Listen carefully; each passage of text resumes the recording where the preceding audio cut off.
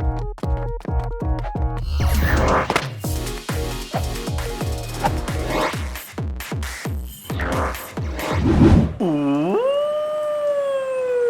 Shadow Pokemon are the strongest Pokemon to use in Pokemon GO. But do IVs matter for them to be good? Well, we'll find out today as we'll be conducting an experiment together. Alright, so hi to all of you guys. So yeah, I'm going to bring my screen. I'm going to show you guys this over here. I'm going to type test, as these are the two Pokemon that we will be using to test on. So this is a VideoMicro that is 100% IV, and I have another VideoMicro that is 0% IVs. So I caught both of them really long time ago, and I'm gonna have to evolve both of them first.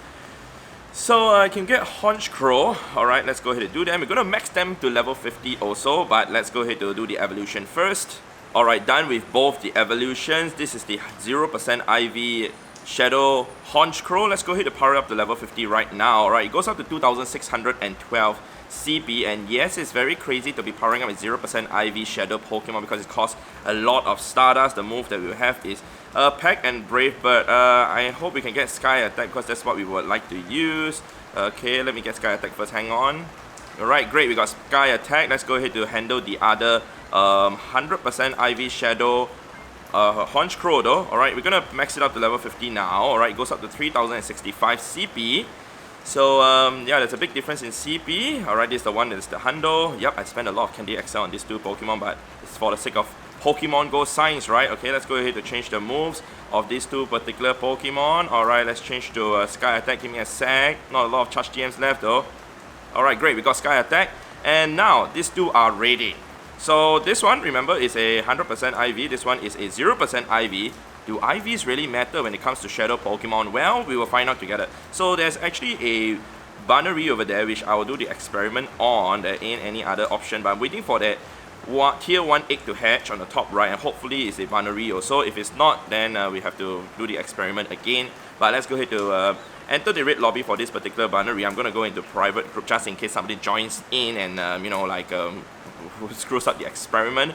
So Bannery, it only has normal type fast moves, so hence, you know, it's going to be pretty accurate in a sense. I'm going to use the 100% IV one first, and then we will see how long it's going to take to take down the Bannery, and then we will see how long the 0% IV one takes down another Bannery.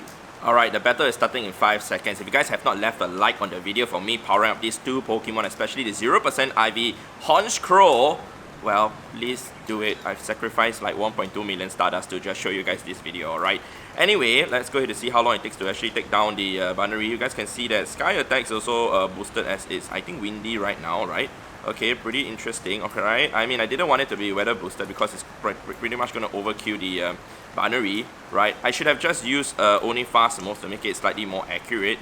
But it's okay, if it's not that accurate, we have to redo the experiment again. Now let's see how long did we take down the Bannery.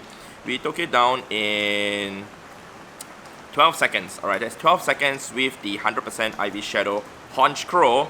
Alright, we're going to catch the Bannery, and then we're going to see what comes out from the other egg. As we can't... Oh, thank you very much, man, to one of my Patreon for the Ultra Friends. We have to wait for the egg to hatch. And yeah, we have to wait. Well guys, change of plans. You guys know what? We're gonna scrap that last battle, last raid with the Bannery, because there are two Banneries here, and I think we're just gonna use fast moves with our Shadow Honchkrows to conduct the experiment, because the Sky Attack just overkills the Bannery. That becomes a rather inaccurate experiment. So we're gonna try it out with the Hundo Honchkrow first, and then we'll use the other one. Here we go, the battle is starting, and I'm gonna just stand outside here of the train station to actually do the video. Hopefully nobody asks me to leave, but I'm gonna tap only the fast moves like I said, and hopefully it's enough to actually conduct a more accurate experiment, because like I said, this Sky Attack actually overkills the Bannery. That we're not sure which one actually does more damage with just the fast moves alone. So if we just take a look at fast moves alone, having a 15 or 0 IV attack, would it make a difference when it comes to Shadow Pokemon? Remember, a Shadow Pokemon has an increase of 20% damage already, so would that 15 IV make a difference? We will see how. Alright, so the binary is down. Let's see how long we managed to take it down in. We took it down in under 25 seconds. Alright, so 25 seconds instead of 12 seconds, you know, without the charge moves.